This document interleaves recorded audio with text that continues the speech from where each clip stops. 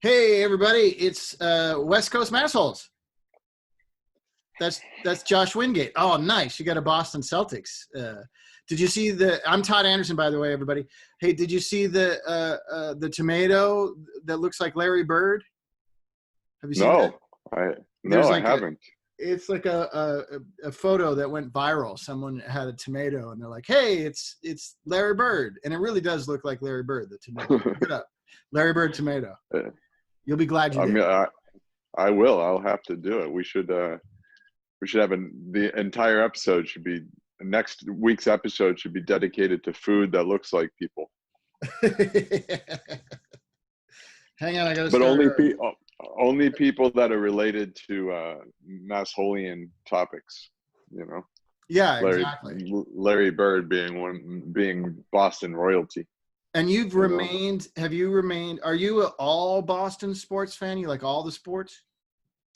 Uh, I'm yeah. I mean, I guess fair weather when it comes to baseball and basketball and even hockey now. But I guess the one sport that I could put more time into is football.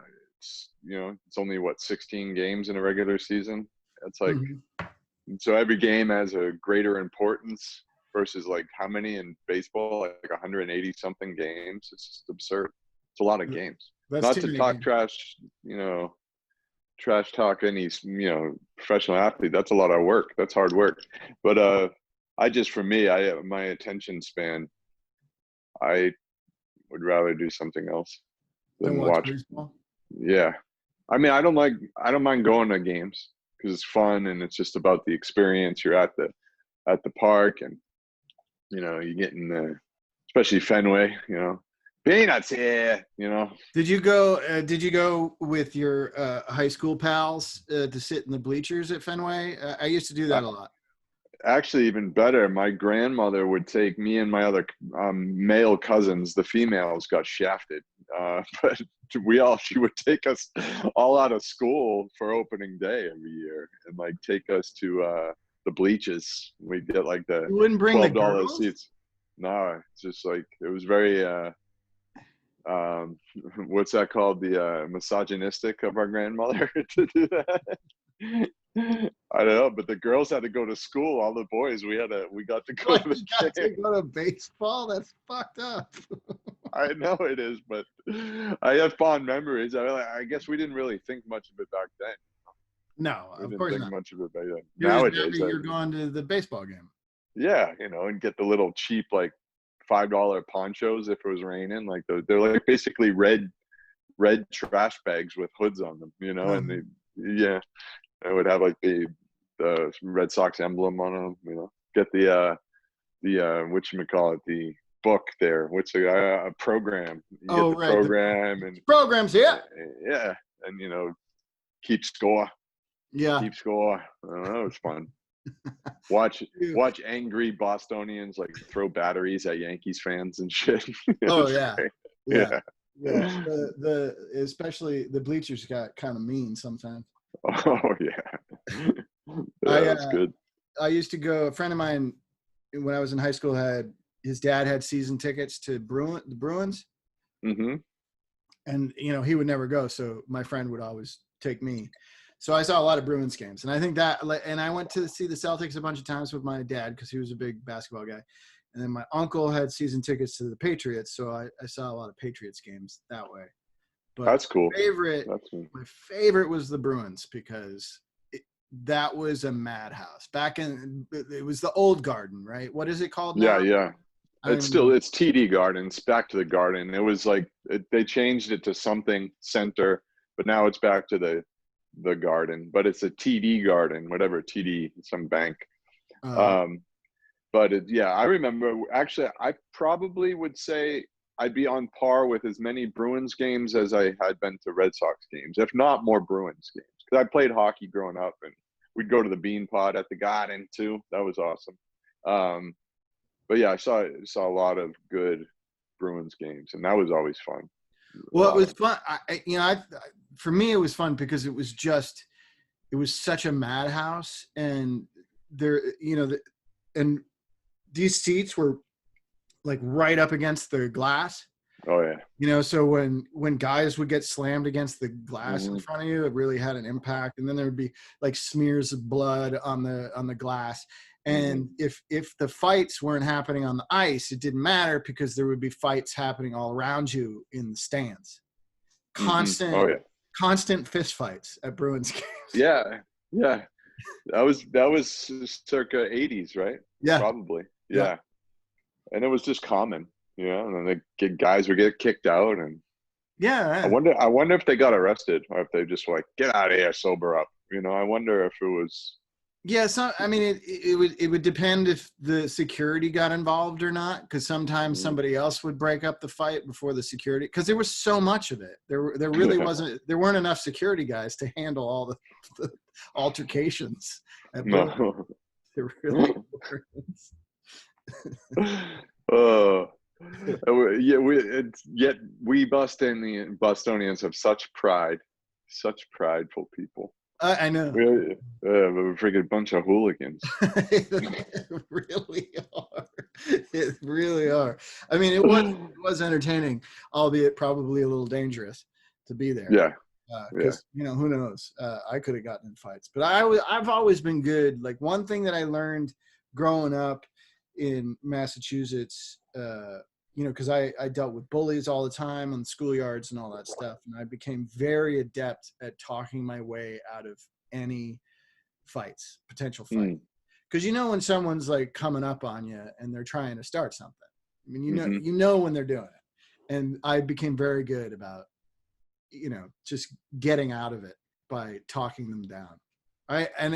These skills were developed and they've come in handy multiple times in my adult life. I was shooting a commercial in this small town in Nebraska, and there was nowhere to go eat, so we wound up going to the VFW. It was either a VFW or an American Legion, one of those kind of Yeah, places. yeah. Was the only one open, so we went and had beers and deep fried garbage food. But when we were on our way out, this like big giant guy at the bar, he goes to me, "Hey, are you one of those actors doing the commercial?" Because like in the small town paper, they had said a commercial. Yeah. And I was Uh-huh. like, yeah. And he just goes, "Are you a prima donna?" Now, like I might have said, no, I'm not a prima donna, or maybe he called me a diva. I think he called me a diva. Are you a diva? And my immediate wise ass response to that would be, I don't sing. But I could read this guy. This guy's he had those like, I think he was probably methed out or something. He was on Mm, something, but his eyes were just like dead. They're like shark's eyes. hmm. They're Yeah, I know what you like, mean. Yeah. yeah, it was just creepy. And Mm. I was like, oh, this guy wants to kill me.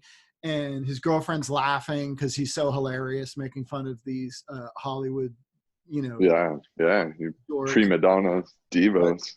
but I managed to.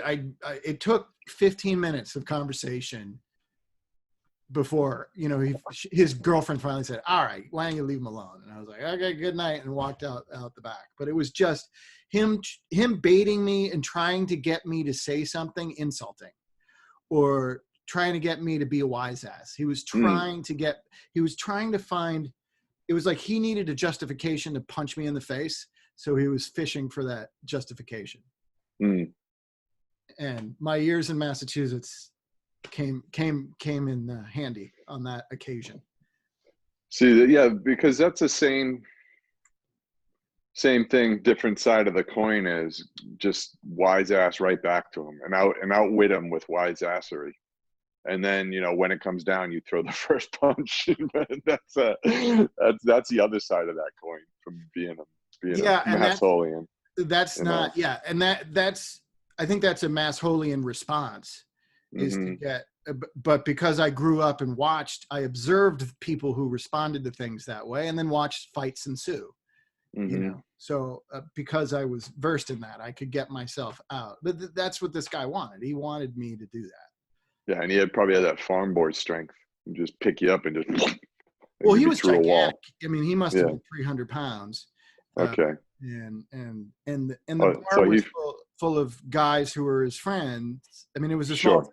You know, Yeah, yeah. they all thought it was hilarious that he was trying to pick a fight with me, and I was weaseling my way out of it as best I could. But Yeah, what I learned later in life, because I used to just well, early in life, I would just always walk away. I was just a little shy mama's boy, and I always walk away. As I got a little older, I would just fight. In high school, I would just fight to get it over with, 'cause even though I didn't want to. And I got even like when I was traveling around working in Boston by myself, I just kind of put on like the tough guy veneer, and kind of worked. Um, but then as later in the, when I was working at working out here, and I realized I don't want to be like getting in fights, especially in LA. You don't know who's carrying a gun or whose daddy is a lawyer or whatever, and they're just baiting. So I just turned to the apology and please don't hurt me routine. Like, oh, I'm so sorry, but my hands would be, I'm so sorry. You're right. Please don't hurt me. You'd beat me up. I don't want to be hurt. And you're right. And that, float their ego a little bit, and it worked. yeah. A little bit, but sometimes I had to resort to other Jedi mind tricks. I was in Venice one time and with my ex, and we were just trying to park the car, and this woman was parking a big SUV right in front of us, and she had taken up enough spaces for like 3 cars. So I just pulled up and politely said, "Do you mind pulling up a little so we can park?" And she immediately flipped out and was like, "I'm sick of assholes like you hitting my car." I'm like, "I guarantee you I will not hit your car. So I would just want to park," and was visiting from friends. And she was just, man, she had like this little white dog. And we ended up getting a different spot. It wasn't that far away, so no big deal. And we started walking and just happened to re-meet up with her. And she got really aggressive and it looked like she was about to hit my ex. And I said something like along the lines like, "I don't care who you are. I don't care if you're a woman or not. If you touch her, I'm going to have to do something." And I flipped out and we just walked away. And then the next thing you know, I hear, "Hey, yo," this little guy comes out of this house, shirtless, tattoos on every inch of him, looking like a gangbanger. And I'm like, oh no. So I tried to be the gentleman and be like, "Hey, my name's Josh. I don't know who the fuck you are." I said, "That's why I'm trying to introduce myself. What are you saying? Why are you talking shit to my lady?" I'm like, "I don't think that's exactly how it went down." But, I tried to talk to him. And then eventually I like back up. I don't want to fight. And my inside, I'm doing the calculations. I'm like, if he is down with he lives in Venice, he's been here a long time. The tats were very revealing that he might not be of a legal operation. And I'm like, one phone call, there's going to be tons of people here, and I'm outnumbered, and my friends are outnumbered. So I'm like, all right, I can't do anything. I have to be the apologetic. I'm like, "Listen, misunderstanding, just over a parking spot." And he kept coming towards me. I backed up to the curb and I said, "All right, I backed up half a block for you out of respect. I'm not going any further. So if you come any closer, I'm going to feel like I have to defend myself because I feel threatened. And I do not mean this as a threat, but I teach self-defense for a living. Again, not a threat. I just want you to be aware of the situation." Mm-hmm. "Oh, what does that mean?" Again, not a threat. I just want you to be aware of the situation that I teach self-defense. And he stepped in and I kind of stiff-armed his shoulder. And I said, "I'm not backing up." And he pulled the, "Oh, you touch me, now it's self-defense." And he went to big old swing like I could see from 3 years ago. Arm went up and my other hand was ready to go. And he stopped himself because he saw. I think he had like this moment of clarity, like he was just about to be ended, and then it was, of course, he's like, "Oh," and walked away. And I was like, "Oh, thank the Lord." Because all I need is my friend's house to get shot up by a bunch of gangbangers. Yeah, because of some stupid parking spot. When I was in high school, I was pulling into the parking lot of the Friendlies.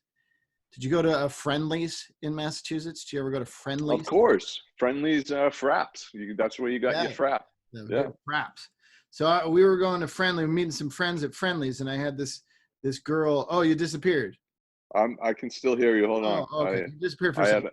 I had a call coming in. These people don't realize You I'm have on an Massholes. you have West Coast Massholes. They should wait. They should know. I know. What a bunch of jerks. So I Idiots. was my friend who's a lady, a girl in high school, was in my mom's car, which was a caravan. You know, it was a parking dispute.